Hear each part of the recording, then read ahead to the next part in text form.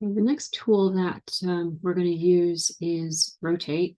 So I'm going to go through the same process of holding down Control and disconnecting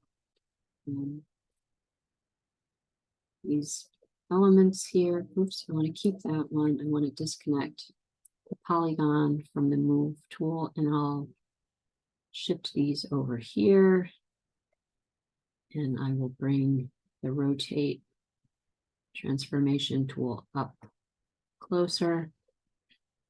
And then I'm going to connect the polygon to the Rotate tool. You can see that it's already carried out a rotation process. I'm going to move this point down here. Don't need that one.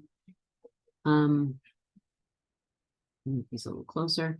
What it says, so this is the default. It has a Z-axis, and that Z-axis is running, up and down from 0, 0 on the XY.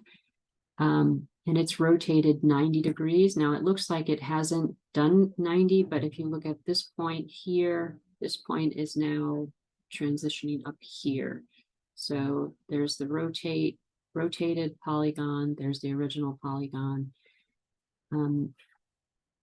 The rotate tool works with radians. And this is something that we don't commonly use in architecture. So there's a tool that will make a conversion for my angles so I don't have to input these radians. And what I can do is double click on the screen, type in radians, and choose the radians tool. So what it's going to do is allow me to put degrees in and output to radians. So in order to do that, I'm going to need a slider. So I'm going to make a copy of that slider, and I'm going to connect it in. So this slider has been set to go from 0 to 10. That's a pretty minor rotation. To make it a full rotation, I would double click on the slider and change the max value here to 360. Okay, so now I should be able to get a full rotation.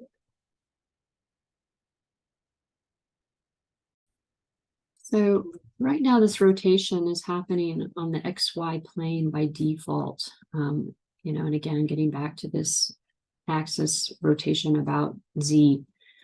You could change it if you wanted to, the plane. That's what the bottom input is here.